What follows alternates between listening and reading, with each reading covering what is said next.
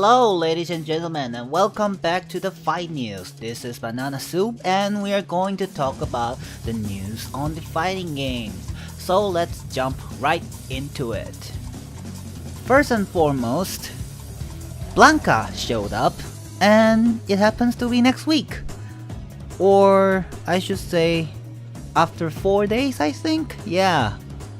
It was faster than I thought.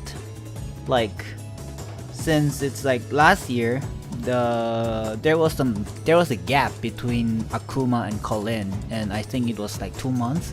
So I just thought that this time they're going to be the same, so we might expect Sagat and all those characters going to come out later in the roster. But what happens is that after Sakura coming out in January, Blanka on the other hand came out February, which is quite fast, I should say. What I'm expecting is, are we expecting to get every character from season 3 going to came out like June? Yeah. If that's true, I mean, great. I will actually love to see that. And I have bought the game during season 1 and I haven't played it. I didn't play it to my best extent, but I should say when Falke come out, is it Falke or Falk or Falke in Japanese term? But anyway, if Falke come out, I might actually jump right in again and then actually stream a little bit about that, but that's from another time. Anyway, it just seems like they're speeding up this time, so good news. Move to the next one.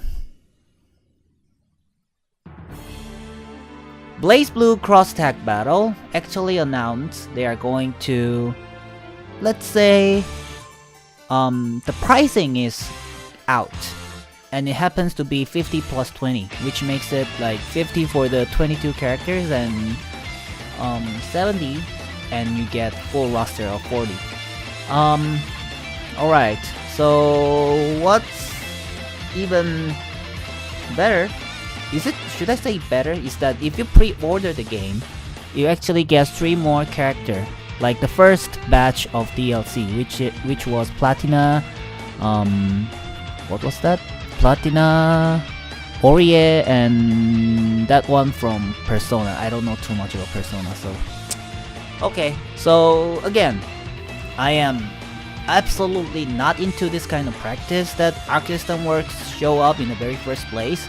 I still think that the best way they can do it is to actually announce the full roster and just take their time to actually finish the game and just came out as the full game, but not rather just cut down the half of the roster and then put them later in the day.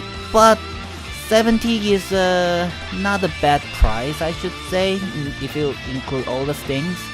And yeah, I just feel like they were really rushing this game to make out for EVO, which in my opinion you shouldn't have to, because if you rush this game before EVO, there's still not a lot of time for players to get used to this game, and you will not be able to produce a high level of gameplay within 2 months and 3 months. That's my opinion, and I should rather say just take your time, finish the full roster, came out as a full roster, and don't you will not get more bullshit by the player base and those kind of things. That's your fault in your end. And if you actually just produce the game in like after EVO and then just release it a full roster, you'll have plenty of time for players to check out all the different things within the character and those kind of things, so that the next year when it really get into the EVO, that will be when everyone is going to see the hype gameplay and all those things, which is a great thing, that I think it is going to be. But they decided to do that way, so that's their move, but I guess. and the 3 new characters they announced was Platina, Orie, and those 3 things. Platina is one of my favorite character in the Blazblue universe in terms of the story and all those kind of things. So yeah, my opinion, I will buy it, but I'm still not agreeing on how they marketed the game as it would be, and I really think that there was a lot more ways they could have done it better. Alright, move to the last news.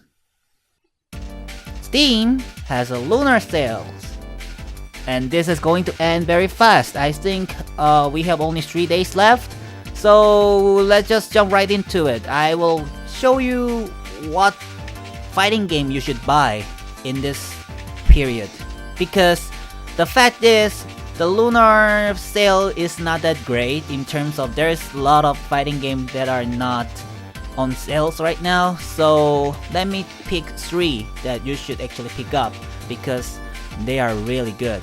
Alright, the first one, as you can see in the screen right now, it's Punch Planet. It's a game that costs $20, and now on the sale they're selling it at $15. And I think it's really a good game. It's a good early access game, but so it doesn't have a lot of the features that could have been there, but I mean 4 characters and a character that is coming right up like around next month is always good. It's a GGPO netcode, which means that you will not having too much issue playing people from the other country or other things, and they have kind of a solid gameplay.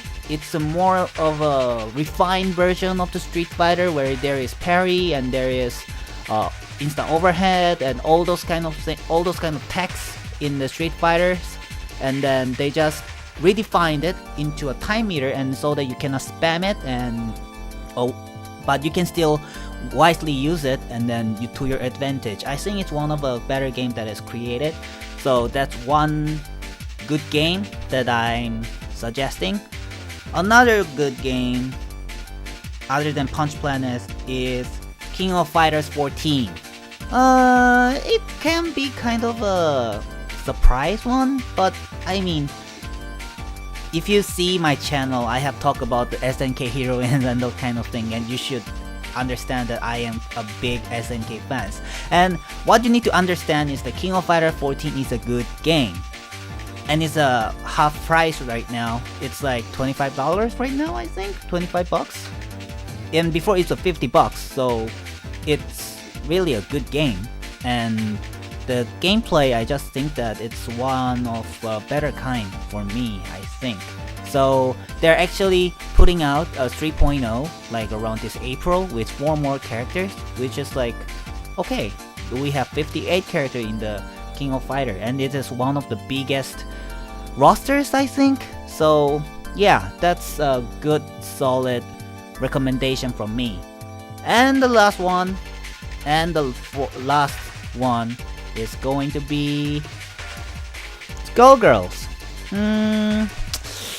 This is an kind of an old game, I think, since it came out like 2013, but it's like, it's not that old if you think about it. The final second encore actually came out in 2016, so it's still like 2 years old and those kind of things. But I mean, the gameplay is real solid.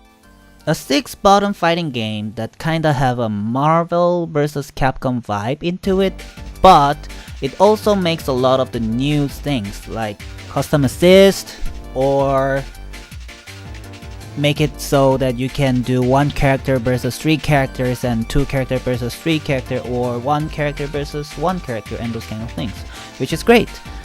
And they have also one of the best tutorials in the game, where it's like they teach you all the basics and all those things that is specific to Skullgirls, and all those like fundamentals as a fighting gamer, what you need and those kind of things, which is great. I really think that it's one of the best fighting game tutorials that is right there. And they have also the trial mode, which you can learn the combos of the of the character is really solid, to a point that by just finishing the trial, you kinda actually know how to do a combo on this character and those kind of things. It's great.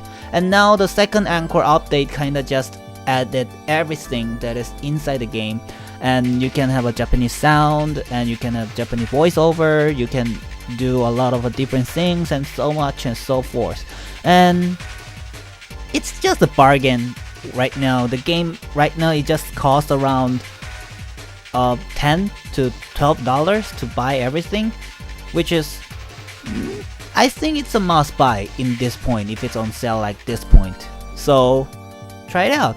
Those are 3 games that I think that if you don't have it, just buy it and then try it yourself. Anyway, thank you for watching. My name was BananaSoup, and if you like these things, leave a comment, leave a like, subscribe to me, and I will be able to make more contents to you. Hooray! So anyway, thank you for watching.